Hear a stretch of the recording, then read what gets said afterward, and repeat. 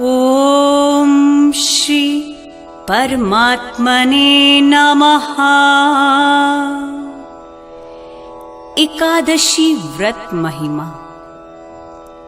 गोविंद की प्यारी एकादशी, भक्तों की प्यारी एकादशी, पापों को मिटाती एकादशी, हरि से है मिलाती एकादशी, एकादशी, एकादशी। जी हाँ मित्रों, एकादशी व्रत की महिमा अपरंपार है। भगवान श्री कृष्ण की अति प्रिय है एकादशी। कार्तिक कृष्ण पक्ष की एकादशी तिथि का नाम है रमा एकादशी। युधिष्ठिर जी भगवान श्री कृष्ण जी से पूछते हैं, हे जनार्दन, मुझ पर आपका स्नेह है, अतः कृपा करके बताइए कि कार्तिक के कृष्ण पक्ष में कौन सी एकादशी होती है। भगवान श्री कृष्ण बोले, हे राजन, कार्तिक मास के कृष्ण पक्ष में रमा नाम की सुविख्यात और परम कल्याणमयी एकादशी होती है। यह परम उत्तम है और बड़े बड़े पापों को हरने वाली है। पूर्व काल में मुचकुंद नाम से विख्यात एक राजा हो चुके हैं, जो भगवान श्री विष्णु के भक्त और सत्य प्रतिज्ञ थे। अपने राज्य पर निष्कंटक शासन करने वाले उन राजा के यहाँ नदियों में श्रेष्ठ चंद्रभागा कन्या के रूप में उत्पन्न हुई। राजा ने चंद्रसेन कुमार शोभन के साथ उसका विवाह कर दिया। एक बार शोभन दशमी के दिन अपने ससुर के घर आए और उसी दिन समूचे नगर में पूर्व व्रत ढिंढोरा पिटवाया गया कि एकादशी के दिन कोई भी भोजन ना करे। इसे सुनकर शोभन ने अपनी प्यारी पत्नी चंद्रभागा से कहा, हे प्रिय, अब मुझे इस समय क्या करना चाहिए, इसकी शिक्षा दो। चंद्रभागा बोली, प्रभु, मेरे पिता के घर पर एकादशी के दिन मनुष्य तो क्या, कोई पालतू पशु आदि भी भोजन नहीं कर सकते। प्राणनाथ, यदि आप भोजन करेंगे तो आपकी बड़ी निंदा होगी। इस प्रकार मन में विचार करके अपने चित्त को दृढ़ कीजिए। शोभन ने कहा, प्रिय, तुम्हारा कहना सत्य है, मैं भी उपवास करूंगा। देव का जैसा विधान है वैसा ही होगा। भगवान श्री कृष्ण कहते हैं, इस प्रकार दृढ़ निश्चय करके शोभन ने व्रत के नियम का पालन किया, किंतु सूर्यदेव होते होते उनका प्राण अंत हो गया। राजा मुचकुंद ने शोभन का राजोचित दाह संस्कार कराया।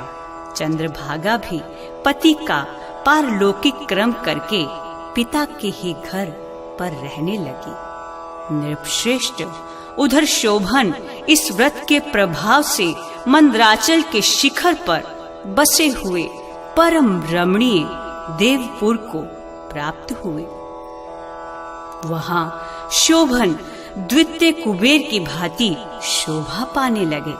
एक बार राजा मुचकुंद के नगरवासी विख्यात ब्राह्मण सोम शर्मा तीर्थ यात्रा के प्रसंग से घूमते हुए मंदराचल पर्वत पर गए, जहां उन्हें शोभन दिखाई दिए।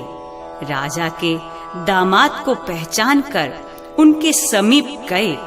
शोभन भी उस समय द्विश्रेष्ठ सोम शर्मा को आया हुआ देखकर शीघ्र ही आसन से उठ खड़े हुए और उन्हें प्रणाम किया।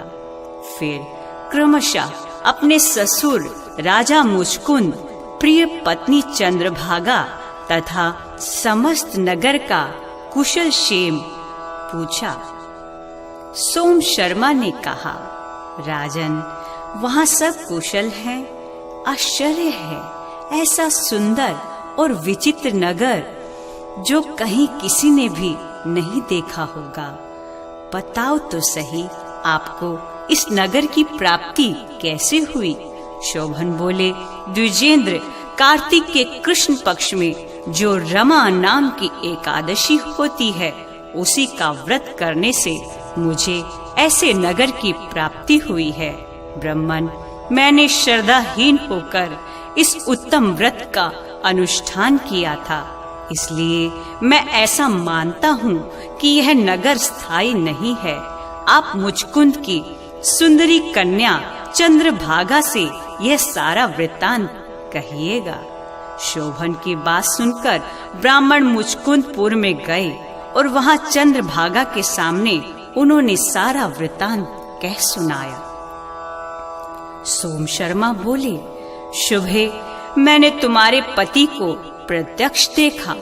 इंद्रपुरी के समान उनके दुर्दश नगर का भी अवलोकन किया, किंतु वह नगर अस्थिर है। तुम उसको स्थिर बनाओ। चंद्रभागा ने कहा, ब्रह्मऋषि, मेरे मन में पति के दर्शन की लालसा लगी हुई है। आप मुझे वहाँ ले चलिए। मैं अपने व्रत के पुण्य से उस नगर को स्थिर बनाऊंगी। भगवान श्री कृष्ण कहते हैं। राजन, चंद्रभागा की बात सुनकर सोम शर्मा उस स्थान में मंदराचल पर्वत के निकट वामदेव मुनि के आश्रम पर गए। वहाँ ऋषि के मंत्र की शक्ति तथा एकादशी सेवन के प्रभाव से चंद्रभागा का शरीर दिव्य हो गया तथा उसने दिव्य गति प्राप्त कर ली। इसके बाद वह पति के समीप गई। अपनी प्रिय पत्नी को आया हुआ देखकर शोभन को बड़ी प्रसन्नता हुई। उन्होंने उसे बुलाकर अपने वाम भाग में सिंहासन पर बिठाया। तदंतर चंद्रभागा ने अपने प्रियतम से यह प्रिय वचन कहा, नाथ, मैं हित की बात कहती हूँ, सुनिए। जब मैं 8 वर्ष से अधिक उम्र की हो गई, तब से लेकर आज तक मेरे द्वारा किए हुए एकादशी व्रत से जो पुण्य संचित हुआ है, उसके प्रभाव से यह नगर कल्प के अंत तक स्थिर रहेगा तथा सब प्रकार के मनोवांछित वैभव से समृद्धिशाली रहेगा। नृपश्रेष्ठ, इस प्रकार रमा व्रत के प्रभाव से चंद्रभागा दिव्य भोग, दिव्य रूप और दिव्य आभरणों से विभूषित हो अपने पति के साथ मंदराचल के शिखर पर विहार करती है। राजन, मैंने तुम्हारे समक्ष रमा नामक एकादशी का वर्णन किया है।